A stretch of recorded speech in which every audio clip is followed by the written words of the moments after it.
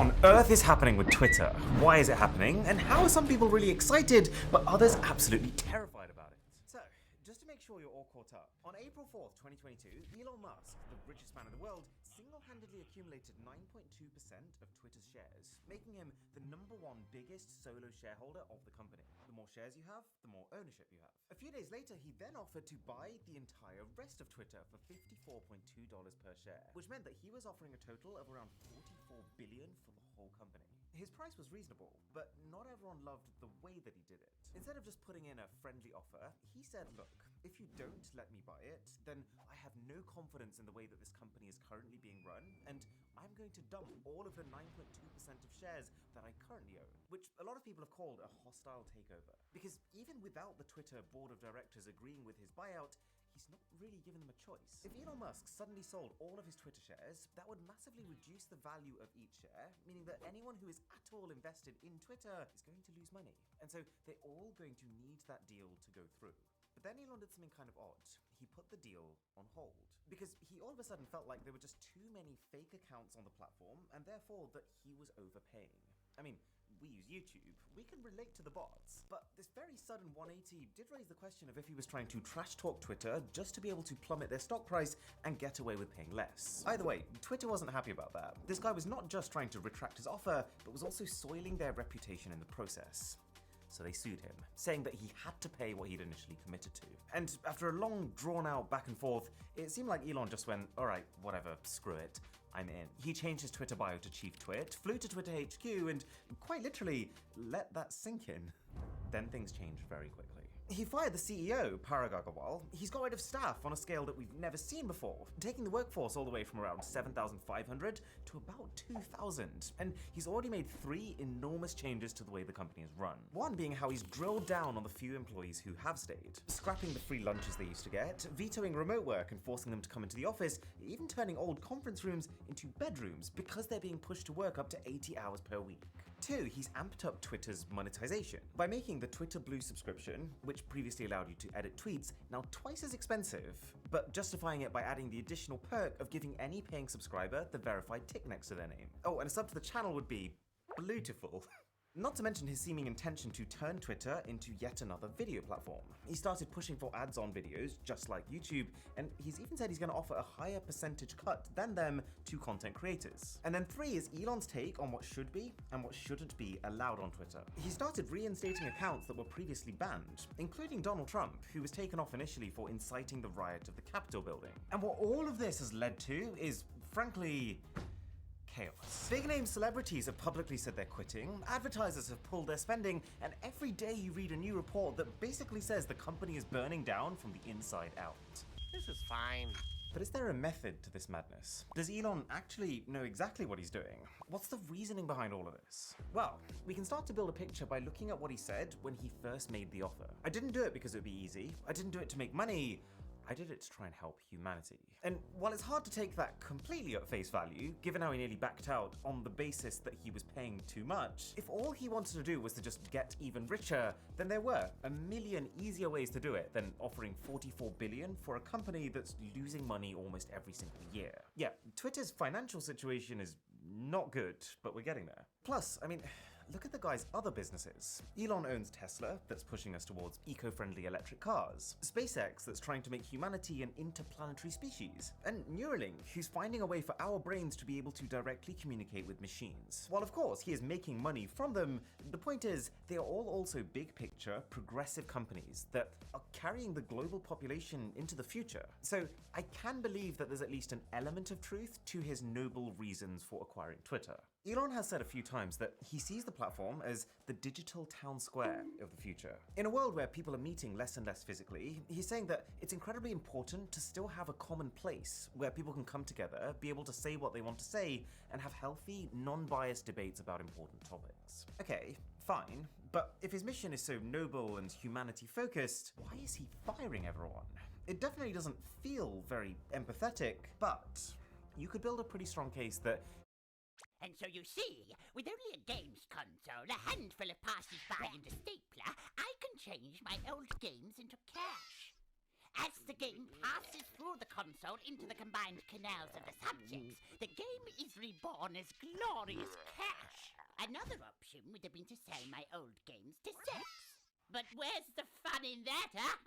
Where's the fun in that? Cash for games, the painless way. Sex.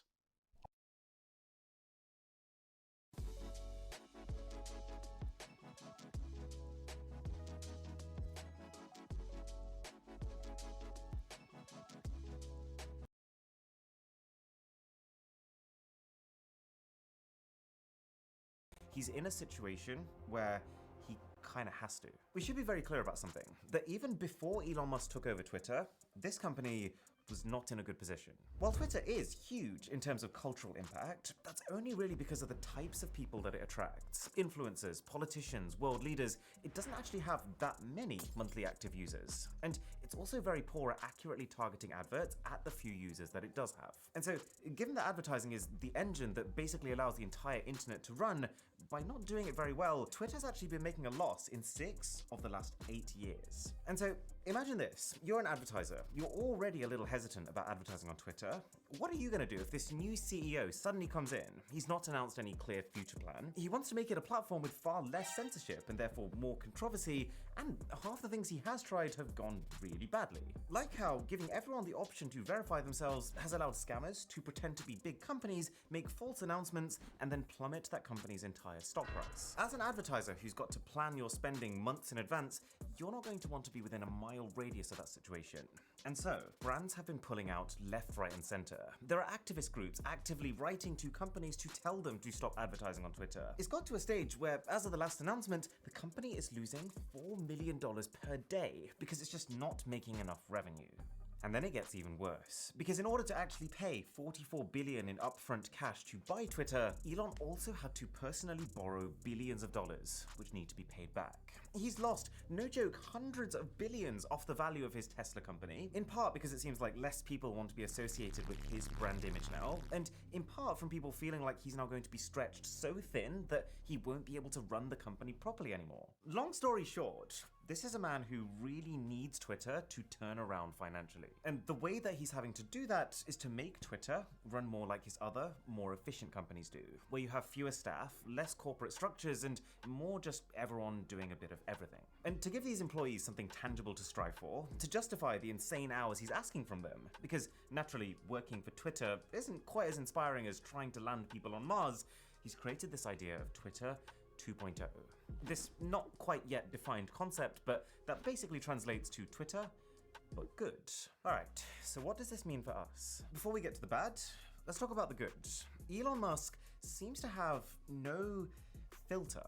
And while some of the stuff that he ends up saying because of that is definitely unsavory, it also means that you get a level of transparency that companies very rarely give. There's no perfectly worded corporate press releases. It's literally just, hey, we're gonna try some stupid things. Some will work, some won't. And then you actually see him try those stupid things, realize they don't work, and then fix them. Not to mention the recent Twitter files, which was Elon basically sharing a bunch of internal Twitter documents that showed how the previous Twitter leadership was censoring stories. Plus, he's far more present than most CEOs, actively and individually replying to customer complaints and feedback. Like, how often is it that you can complain about a massive social media corporation and then the CEO himself answers your call? And then there's also just the fact that nobody on this planet has a track record like Elon Musk does. He's built cars, he's landed rockets, he's trying to build a human brain-machine interface. The point being that there's no debating his intelligence, and that providing he has positive intentions, he is one of the few people smart enough and with enough resources to actually be able to potentially turn Twitter around.